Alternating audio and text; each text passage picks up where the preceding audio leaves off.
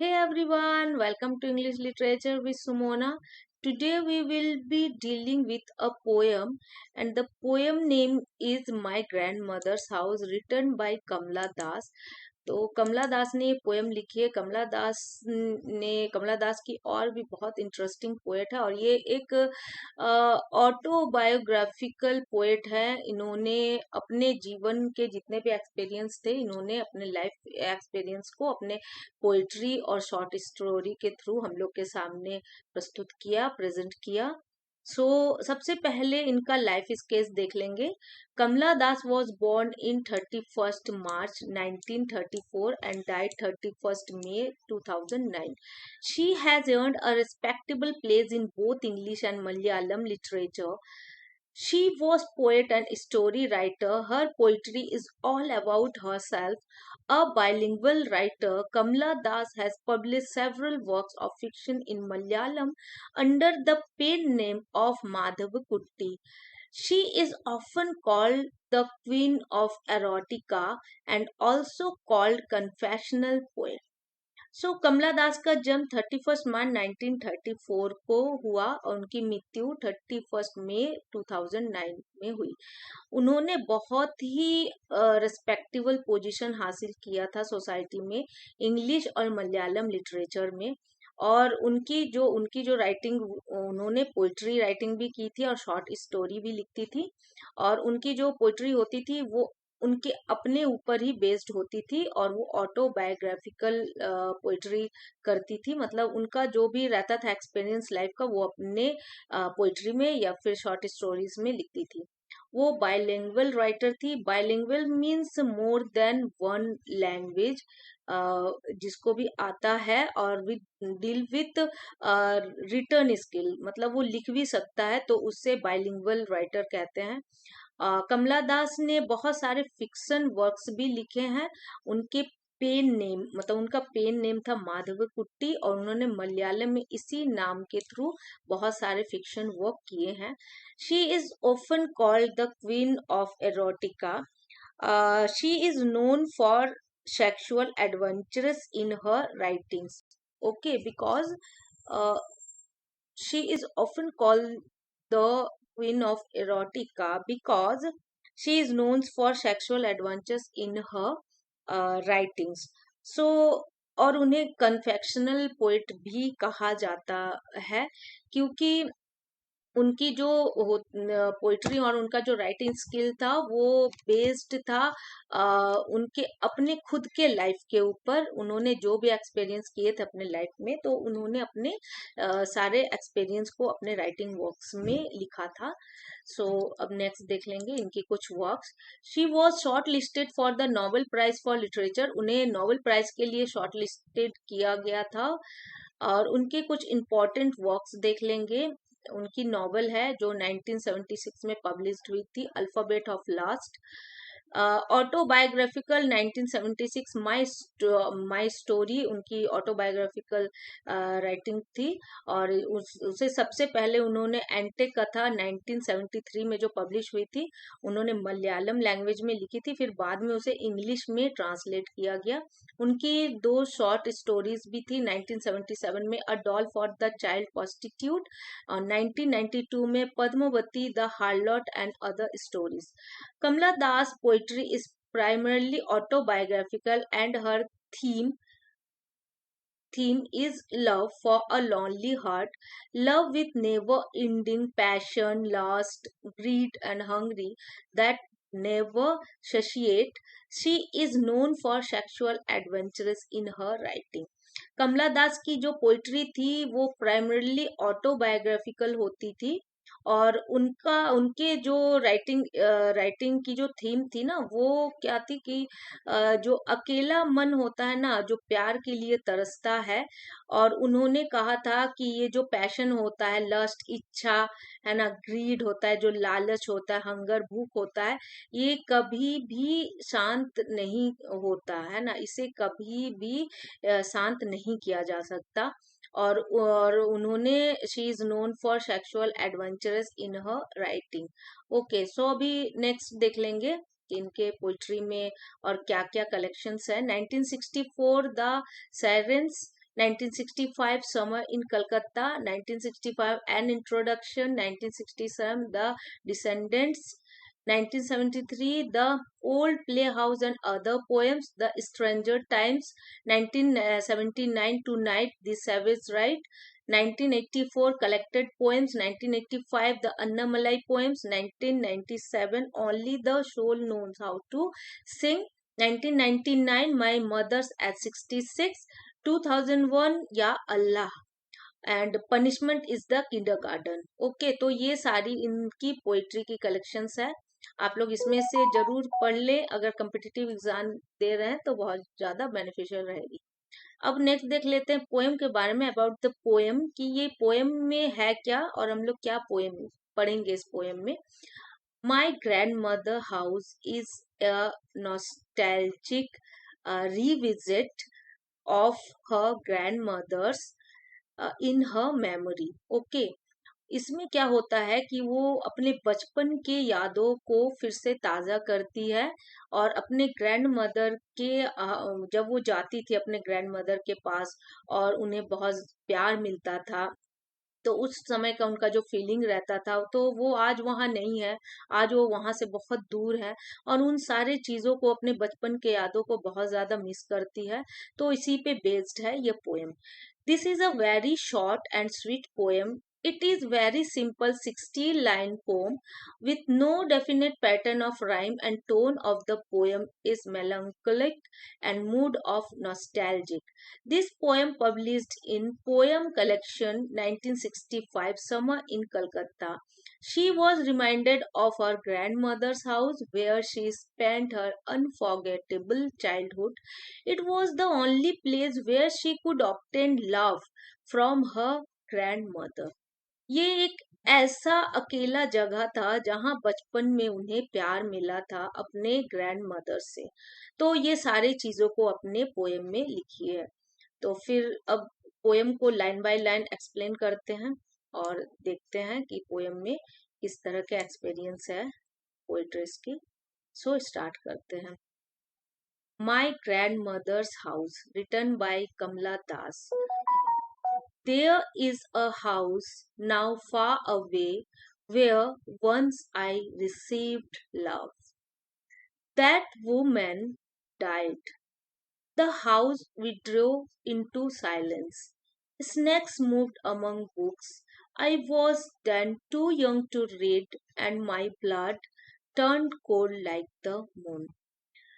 तो इसमें जो पोएट्रस है ना, वो अपने मूड को बताती है, इस चीज को वो बताती हैं कि वो किस तरह से मिस करती है अपने ग्रैंड मदर के हाउस को। वो बताती है कि एक घर है जो कि अभी बहुत दूर है, जहां मुझे प्यार मिलता था। दैट वुमेन को रेफर करती है अपने ग्रैंड मदर से। तो वो बोलती हैं कि अभी ग्रैंड मदर्स जो हैं, that woman died, she is no more there, वो अब नहीं है, वो अब मर चुकी हैं। और वो जो हाउस है ना, वो बिल्कुल अब साइलेंट हो गया, बिल्कुल चुप सा हो गया है। ठीक है, अब वो इस चीज को और ज्यादा एम्फेसाइज करते हुए इस लाइन में बोल रही है कि वहां पर वो इतना घर खाली हो गया कि अब वहां कोई नहीं रहता। और स्नेक्स मूव्ड अमंग बुक्स, अब वहां जो बुक्स हैं उस पे अब स्नेक्स बुक्स के अंदर घूमते हैं और इंसेक्ट्स घूमते हैं। मीन्स कि अब वो घर बिल्कुल अकेला हो गया, वहां अब कोई भी नहीं रहता। तो कहने का सेंस उनका ये नहीं कि स्नेक सही में बुक्स में घूम, मतलब उनका ये कहने का मतलब है कि वो घर अब इतना खाली हो गया है कि वहां पर अब इंसेक्ट्स रहते हैं, वहां कोई भी नहीं रहता। I was then too young to read, मैं उस समय बहुत छोटी थी जब ये बुक्स मतलब उस समय मैं ये बुक्स नहीं पढ़ पाती थी क्योंकि मैं बहुत छोटी थी। And my blood turned cold like the moon, और मेरा जो ब्लड है ना वो बिल्कुल ठंडा पड़ गया है मून की तरह।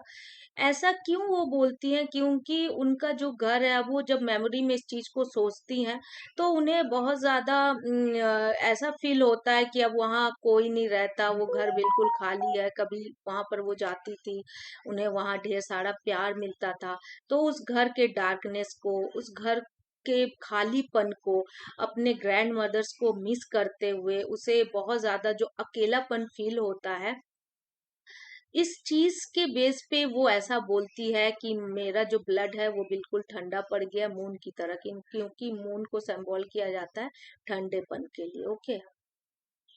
How often I think of going there to peer through blind eyes of windows, or just listen to the frozen air, or in wild despair pick an armful of darkness to bring it here to lie. अब ये वाला जो line है ना, ये बहुत ज्यादा ये फील करवाता है कि वो कैसा फील कर रही है। वो अक्सर इस चीज को फील करती है, ये उनके लिए बहुत हैप्पीनेस मोमेंट है। वो ऐसा फील करती है कि मैं वहां जाऊं और उन खिड़कियों से अंदर झांकू, और ब्लाइंड इसलिए यूज किया गया क्योंकि अंदर क्या है, अंदर बिल्कुल डार्कनेस है, अंधेरा है, क्योंकि अब वहां कोई नहीं रहता। तो वो बाहर से अंदर खिड़कियों से अंदर घर को वो झांकना चाहती है। और जो just listen to the frozen air, अब फ्रोजन एयर से ये मीनिंग निकलता है कि फ्रोजन एयर मतलब अब देयर इज, वहां पर अब कोई भी नहीं रहता। तो वहां पर अब क्या है, सब कुछ शांत है। अब वहां का जो, अब वो सुनना चाहते, वहां का जो फ्रोजन एयर, अब वहां कोई नहीं रहेगा और खिड़कियां भी बंद है। तो फिर उस जगह का जो एयर है, जो हवा है, वो किस तरह का रहेगा, बिल्कुल फ्रोजन रहेगा, ठंडा रहेगा, क्योंकि अब तो वहां पर कोई रहता नहीं है। तो उस हवा के जो झोंकों को वो सुनना चाहती है, उसको फील करना चाहती है। तो ये अपने मेमोरी में ही ये करती है, क्योंकि वहां वो जा नहीं सकती, वो तो बहुत दूर है, वहां अब कोई रहता भी नहीं है कि वो जाए, उनकी ग्रैंड मदर की भी डेथ हो चुकी होती है। तो वो इस चीज को पूरा फील करती है कि वहां मैं जाके झांकू, विंडो के अंदर में रूम को झांकू, मैं देखूं, और वहां के जो फ्रोजन एयर है उन्हें फील करूं, उनको सुनूं, और in wild despair pick an arm of darkness to bring it here to life. ये लाइन में बहुत ज्यादा डीप फीलिंग है पोइट्रेस के। उन्होंने कहा कि मैं उस जगह का जो डार्कनेस है ना, जो अंधेरापन है, जो सूनापन है, तो उसको मैं अपने साथ लेके आना चाहती हूँ। नेक्स्ट देख लेंगे क्या है। मैं उन्हें अपने साथ लेके आना चाहती हूँ। Behind my bedroom door, like a brooding dog, you cannot believe, darling, can you, that I lived in such a house and was proud and loved. I who have lost my way and beg now at strangers' doors to receive love, at least in small change. तो in line में वो बोलती है कि मैं उस अंधेरे को लेके आना चाहती हूँ अपने साथ, और मैं अपने बेडरूम के पीछे में उस चीज, मतलब उस अंधेरा जो डार्कनेस है, वो मतलब आप लोग समझ सकते हैं कि वो कितना फील कर रही है, अब कितना मिस कर रही है अपने ग्रैंड मदर्स के हाउस को, कि वहां का जो डार्कनेस है उसे वो लेके आना चाहती है, लाइक अ ब्रूडिंग डॉग। डॉग किस चीज के प्रतीक होते हैं? डॉग फेथफुल के लिए बहुत ज्यादा जाने जाते हैं, विश्वासी होते हैं। तो उसे, अब वो जो डार्कनेस है उसे वो लाके अपने घर के पीछे रखना चाहती है, लाइक अ ब्रूडिंग डॉग, मतलब कितना फेथ, उस चीज से वो कितना ज्यादा इमोशनल टच है, आप समझ सकते हैं कि वहां के डार्कनेस से वो कितना फील करके ये जो पोइट्री है इसको लिखी है, और अपने बचपन की यादों को, अपने दादी को कितना ज्यादा मिस की होगी। यू कैन नॉट बिलीव, यहाँ वो बोलना चाहती है कि आप बिलीव नहीं करोगे। यहाँ ये जो लाइन ये बोल रही है, ये ही एंड शी जो भी इस पोइट्री को पढ़ रहे हैं, ये उनको बेस करके इस चीज को बोल रही है। You can not believe, darling, can you, आप बिलीव नहीं करोगे कि मैं इस घर में रहती थी, मैं इस घर में रह चुकी हूँ। वॉज प्राउड, यानी बिल्कुल गर्व से, और मुझे यहाँ क्या मिला, मुझे यहाँ प्यार मिला। I who have lost my way and beg now at strangers, मैंने अपना रास्ता मैं खो चुकी हूँ, है ना, क्योंकि अब तो बिल्कुल वो दिन अब वापस नहीं आते। कहा जाता है ना, जो बचपन की यादें होती है वो यादों में ही रह जाती है, वो फिर वापस नहीं आती।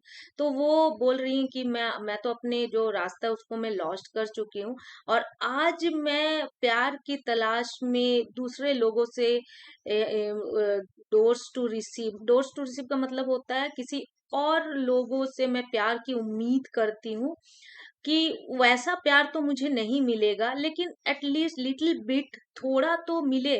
उस तरह का प्यार जैसा मैं अपने दादी माँ के घर में मुझे मिलता था जब मैं बचपन में वहां जाती थी, तो वैसा प्यार मुझे मिले, इस चीज की मैं उम्मीद करती हूँ। वैसा नहीं मिले मतलब लिटिल बिट थोड़ा तो उस टाइप का प्यार मैं रिसीव कर सकूं। तो आज मैं गैरों से उस प्यार की मैं उस प्यार की मैं ये करती हूँ, प्रार्थना करती हूँ कि मुझे वैसा प्यार मिले, लेकिन वैसा तो नहीं मिलेगा, कम से कम लिटिल बिट थोड़ा तो मिले। तो ये जो पोइट्री है बहुत ही इमोशनल है, बहुत ही डीप फीलिंग वाली है। सो आज यहाँ पर इंड करते हैं, है ना। ये पोइट्री तो अब ये हो गया, इस मतलब यहीं तक है poetry. It is a very short poem. So यहाँ पर ये इंड होता है। तो अगर आप लोग को मेरा पढ़ाना अच्छा लगता है तो मेरे चैनल को लाइक शेयर और सब्सक्राइब जरूर करें।